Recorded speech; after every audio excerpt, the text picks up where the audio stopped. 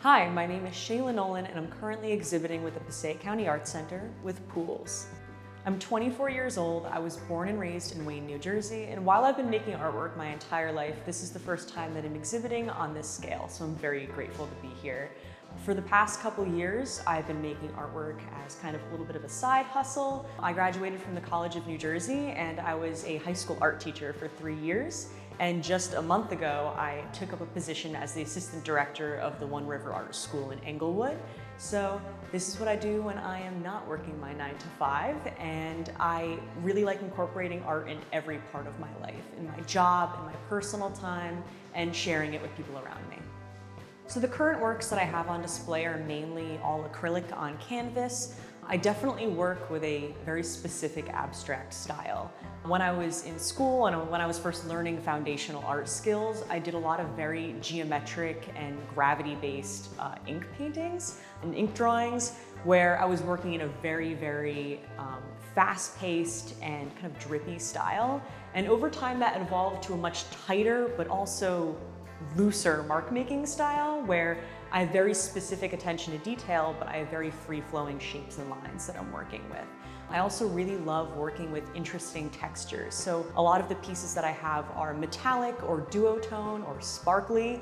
I also use a lot of very matte blacks. I'm a big fan of Culture Hustle's Blackest Black and a lot of their other very interesting materials and paints that they create. I also have a background in art history and I'm very interested in art activism, so I really like supporting brands and companies that are producing art materials that support the artist and art accessibility. So these pieces I specifically wanted to display because they mark a transitional point in my artistic journey. Right now everything is pretty monochromatic, it's pretty black and white, or black and gray rather. But when I first started making artwork, it was right after I graduated college, it was during the pandemic, and I was very frustrated, I felt very lost. And at that time, I was just making artwork for me. I didn't expect anyone else would see it. I just wanted to have a good time. And I wanted to make something that was happy and felt really good. And I made a lot of pieces that were very colorful, very vibrant, really shiny, encrusted in Swarovski crystals. And I think that things have changed over time. I've become a lot more comfortable and a lot more confident and a lot more optimistic about my future, especially in the arts at this time. That has translated to artwork that is really just not trying so hard, I think. Artwork that is more confident being subtle in its own way, but has small pops of metallics and small pops of duotone and adding a little bit of interest here and there. But a lot of my artwork is really not premeditated, it's not planned out. I never sketch out anything I make. I see it as a metacognitive process. So after I finish creating artwork, I can sit down, I can look at it in front of me as I am right now and think about what I was thinking about when I was making it and what kind of journey I went on and what was frustrating, what kind of visual problems did I have to solve, and how does that change me, who I am, and the way I view things.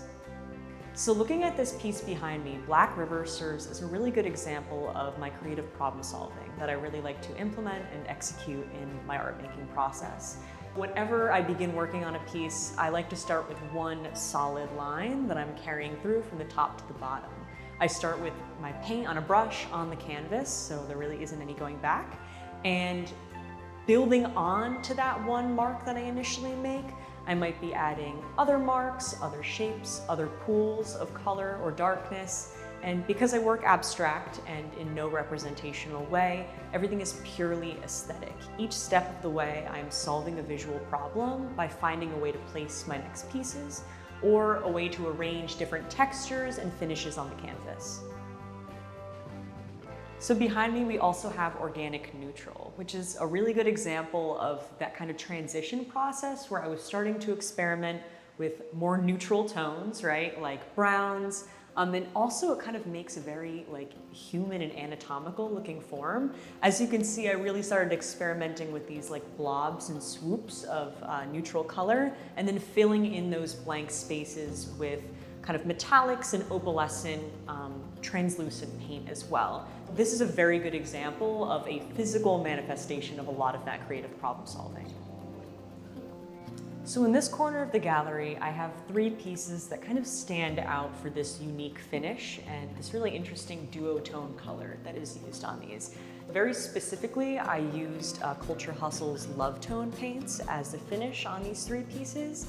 I, first of all, love the color and the finish of these materials. I think they're incredibly unique.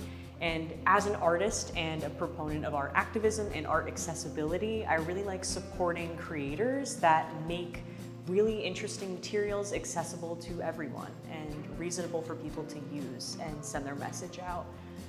Talking about these pieces specifically, I really love the way that they kind of transform when you walk past them. Because they're duotone, they look different at every angle, and I think that that just adds more uniqueness to the pieces and makes them more interesting to look at.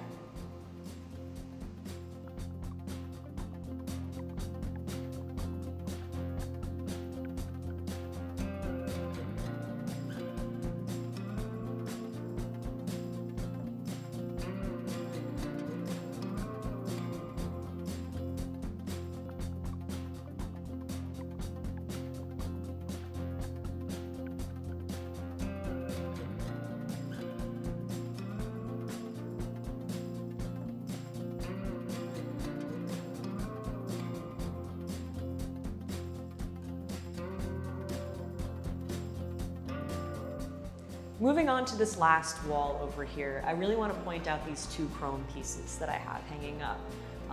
They really remind me a lot of the duotone pieces that I have on the other wall. They are kind of made in the same style, and they also use Culture Hustle chrome paint, those materials. So specifically when I look at these, it makes me think of that metacognitive nature of my art practice. So metacognitive meaning I'm thinking about my cognition, I'm thinking about the way that I'm thinking when I'm making these pieces and when I'm looking at them afterwards. That really helps me in making future decisions in my artwork, and it also just helps me become more self-aware, and it helps me grow in a personal way as well.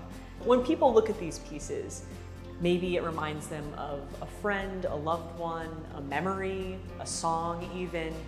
But for me, I just love to make things that I think are beautiful and make people happy. And it can mean whatever anyone wants it to mean. You know, everything takes on a new meaning depending on the viewer. But I think that artwork that is simple and is meant to be simple and just make people happy has as much value as a really deep artwork, right? I think that artwork can be beautiful and meaningful without being pretentious.